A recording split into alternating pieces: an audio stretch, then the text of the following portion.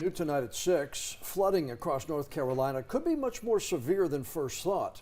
A new study is shining a light on some of the hardest hit areas. WECT's Ariana Bertolotti looked into some of the study's findings for us.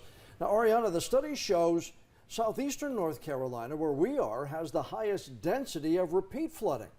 Yeah, that's right, John. Specifically, buildings that have been flooded more than once.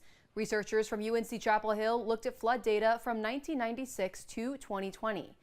Now, researchers looked at things like insurance claims, flood maps, and what FEMA deems a special flood hazard area.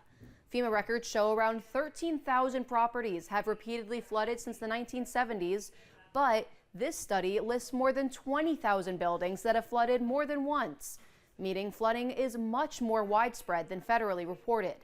Another issue, the study lists 90,000 buildings have flooded from 96 to 2020, but nearly half of those are outside of FEMA's designated 100-year floodplains, meaning many of those buildings likely wouldn't have been covered by flood insurance. Knowing just where has flooded in the past can often be a good indicator of where could flood in the future. So I think this kind of information is helpful for people to think about flood risk maybe more comprehensively or in a new way that we haven't been able to before. Now, in southeastern North Carolina specifically, there is the highest density of buildings being flooded repeatedly. And the hope is that the data will be used to not only help people securing flood insurance, but the state's overall flood resilience infrastructure. Ariana Bertolotti, WECT News.